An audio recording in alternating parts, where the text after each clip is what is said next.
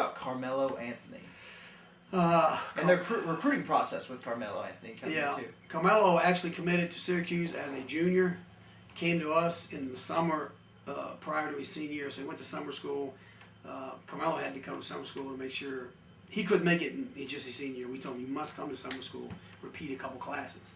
That was hard on him because he was here. I don't know if you remember Mario Bogan, played Oklahoma State.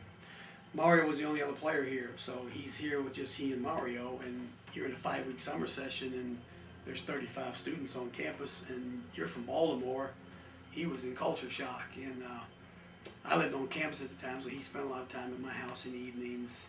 We'd help him with his schoolwork and got him through that 5-week period, and, but he had to do that to make sure he was squared away when he started his senior year, and then he had already been committed to Syracuse. Syracuse actually called me and said, hey, we've got this guy, and surprisingly, I didn't know that much about him, even though he was a big-time player. And when I started looking up, following up on him and calling a few people, scouting services, and they were like, he's a young, raw kid, but he's got a chance to be really good. And then, he goes that summer, at the end of our summer session, he goes to Vegas and plays, and he plays against LeBron. And he played great, and so then all of a sudden, boom, he jumps up to like number 1 or 2 in the senior class. Right. And LeBron was an underclassman. He was a junior at the time. So Melo, but by that one, I mean, he literally played there one day because we had summer school up till the end of the tournament. He flew out there for like the semifinals and finals of the tournament, and he played like 2 games, and he just blew up. And then he came back in the fall, and at that point he was kind of thin. He wasn't a big kid. He was big-legged but thin upper body. He never lifted weights, and we started him on a weight program. And by the end of the year, he was off the charts as a player. Right. I know in his senior year he was ranked possibly the number 1, number 2 high school player in the country. Who won Naismith High School Player of the Year that year? He should have won it. I got a call. This is a good story. I got a call the day before it was announced, and the 3 finalists were Amari Stoudemire, Raymond Felton, and Carmelo. Right. And the guy and I knew the guy because Ron Mercer had been the Naismith winner, and so I knew the people down there, and so I politicked a little bit. He said, "Looks like Carmelo's going to get it.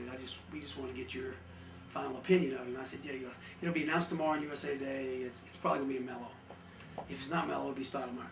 So I get the paper the next morning. It's Raymond Felton. And I was like, "Raymond Felton? How did Raymond?" Because I just talked to the executive director of the Naismith committee. Right.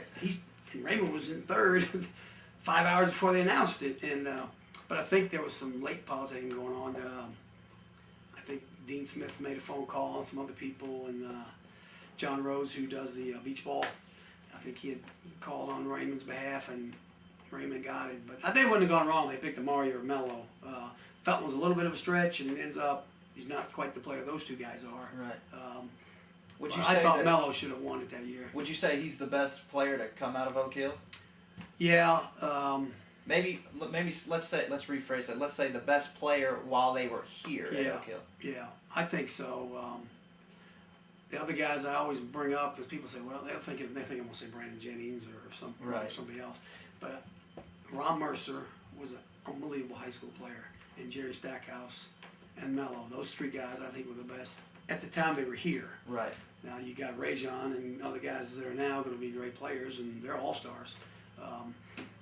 Kevin Durant was here as a junior, didn't graduate, so I love Kevin and he loves Oak Hill, but we don't claim him as far as he's not on the wall out there. You have to graduate to make the wall in our gym, and so he's really good. Kevin is, but I would think Melo was probably the best player when he was here.